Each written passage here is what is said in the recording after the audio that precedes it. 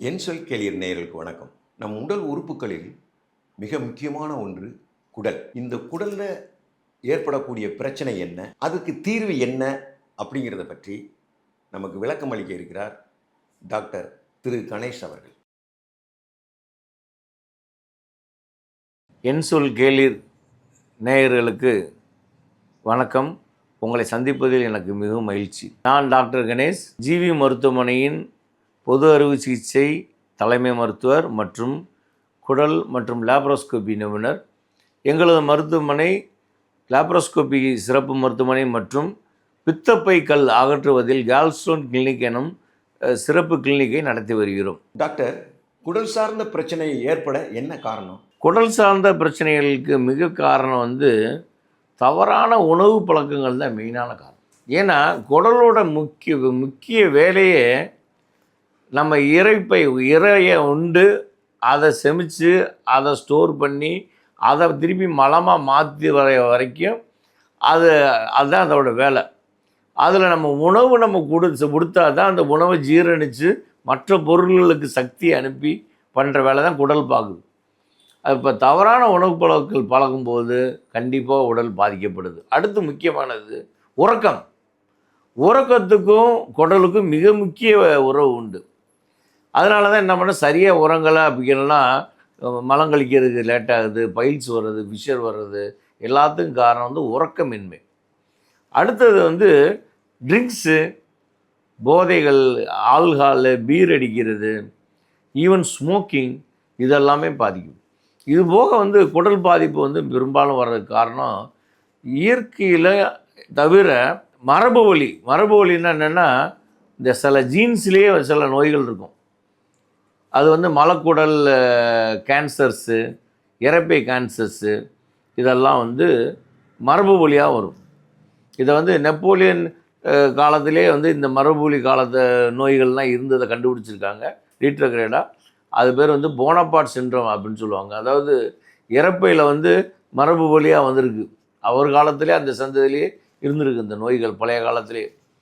So இதுதான் குடல் சார்ந்த நோய்கள் காரணங்கள். உணவுகளில் நார்ச்சத்து உணவுகளை குறைக்கிறது, அடுத்ததாக மாமிச உணவுகளை அதிகரிக்கிறது, இதுதான் மிகப்பெரிய குடலுக்கு எதிரி.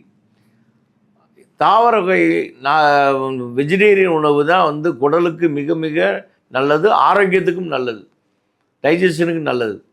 ரெட் மீட், மாமிச உணவு கண்டிப்பாக குடலுக்கு கெட்டதை உண்டு பண்ணுகிறது. மட்டுமல்லாமல் குடல் சார்ந்த கேன்சர்கள் உருவாகிறதுக்கும் அதான் காரணமாக அமையுது. டாக்டர், பொதுவாக மலம் கழிக்கும் போது இரத்தப்போக்கு ஏற்படுறது எதனால்? இதுவும் குடல் நோய்க்கான ஒரு அறிகுறியா? ஒரு மலக்குடல் நான் வெளியே இருக்கும்போது ப்ளீடிங் போகுது அப்படின்னு சொன்னார்னா அதை எல்லாரும் எடுத்துக்கிற ஒரே பைல்ஸ். ஆக்சுவலாக பைல்ஸுன்றது என்னென்னா ஆசன வாயில் ஏற்பட உள்ளக்கூடிய ஒரு இரத்த குழாய் மாற்றம் தான். எப்படின்னா இப்போ நான் கையில் ஒரு பபுள்காம் வச்சு இப்படி பிதுக்கிறேன்னு வச்சுக்கினேன், எப்படி பிதுங்கி வெளியே வருதோ அது மாதிரி ஆசனவாயில் இருக்கிற இரத்த குழாய்கள் பிதுங்கி வெளியே வர்றது தான் பைல்ஸ். இந்த பைல்ஸுன்றது எச்சவாயில் மட்டும் உள்ள மாற்றம் தானே ஒழிய குடலுக்குள்ள மாற்றம் கிடையாது. இது ஃபிஸ்டுலா எனப்படுவது என்னென்னா, இந்த இடத்துல ஒரு எலிபந்து இருக்கும், அதை ட்ரேஸ் பண்ணி போனோம்னா அடுத்த வீட்டு ஒரு வாரத்தில் எலிபந்து இருக்கும். அது மாதிரி குடலின் இன்னொரு பக்கத்தில் இருந்து ஆசனவாயின் வெளிப்புறத்தில் அந்த ஓட்டை இருந்து அது வழியாக நீர் கழிஞ்சு அது பேர் ஃபிஸ்டுலா. இது ஃபிஷர் அப்படின்னா என்னென்னா, ஆசனவாய் பகுதியில் நம்ம ஒரு பாலித்தீன், சின்ன பாலித்தீன் கவருக்குள்ளே போய் பெரிய பாத்திரத்தை உள்ளே நுழைச்சோம்னா ஓரத்தில் கிழிஞ்சிடும். அது மாதிரி எச்சவாய் கிழிஞ்சு அதனால் வர்ற எரிச்சல் தான் அந்த ஃபிஷர். ஃபிஷர்லையும் பிளட் வரும், பைல்ஸ்லையும் பிளட் வரும். ஆனால் வித்தியாசம் என்னென்னா, ஃபிஷர் எரிச்சலை கொடுக்கும், பைல்ஸ் எரிச்சலை கொடுக்காது. அதேமாரி ஃபிஷரில் லேசாக தான் பிளட் வரும், பைல்ஸில் குடமாக கொட்ட ஆரம்பிக்கும். ஃபிஷர் ஒரு குறிப்பிட்ட காரணத்தினால தான் வரும். யாருக்கு?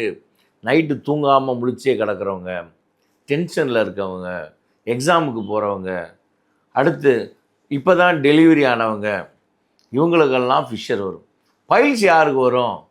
ரொம்ப நேரம் பாத்ரூமில் உட்காந்து முக்கிக்கிட்டே இருக்கவன், ஸ்மோக் பண்ணுறவங்க, உடல் பருமன் கூட வரும், இவங்களுக்கு தான் பைல்ஸ். பைல்ஸ் பெரும்பாலும் வலியை கொடுக்காது.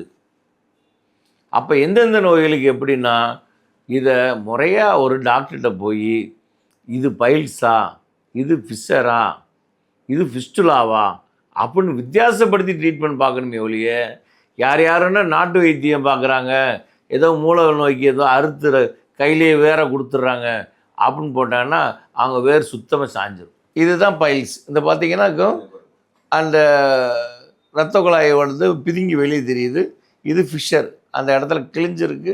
இதனால தான் எரிச்சலும் ரத்தம் வருது. ஃபிஸ்டுலா பார்த்தீங்கன்னாக்கா ஆஸ்ராவாய் உள்பகுதியில் இருக்க குடலுக்கும் ஆஸ்ராவாய் வெளிப்பகுதிக்கும் இடையில பாதை கம்யூனிகேஷன் இருக்குது.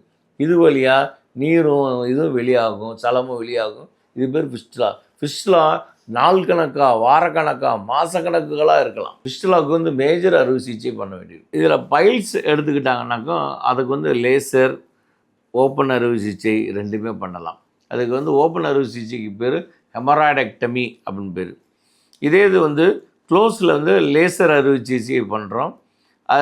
இது லேசர் அறுவை சிகிச்சைனால் வந்து உள்ள இது வந்து பேஷண்ட் வந்து ஒரே நாளில் வீட்டுக்கு திரும்பலாம். அதில் என்னென்னா வலி வந்து ரொம்ப ரொம்ப குறைவு, ரத்த சேதாரம் மிகவும் குறைவு. ஃபிஸ்டுலாவுக்கு வந்து ஃபிஸ்டுலெக்டமி எனப்படும்.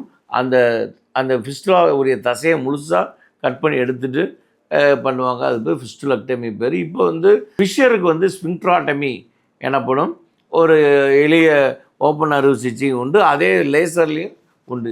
எல்லா அறுவை சிகிச்சைகளையும் லேசர் ப்ளஸ் எண்டோஸ்கோப்பி அறுவை சிகிச்சைகள்னால என்ன நன்மை என்னென்னா, பேஷண்ட் வலி இல்லாமல் சீக்கிரமாக வீடு திரும்பி வேலைகளுக்கு போகிறதுக்கான வழி உண்டாக்குறது. இந்த பைல்ஸு, ஃபிஸ்டுலா, ஃபிஷர் இது சம்மந்தமான ஏதாவது உங்களுக்கு சந்தேகம் இருப்பின் டிஸ்கிரிப்ஷனில் இருக்க இந்த நம்பரை நீங்கள் கான்டாக்ட் பண்ணலாம்.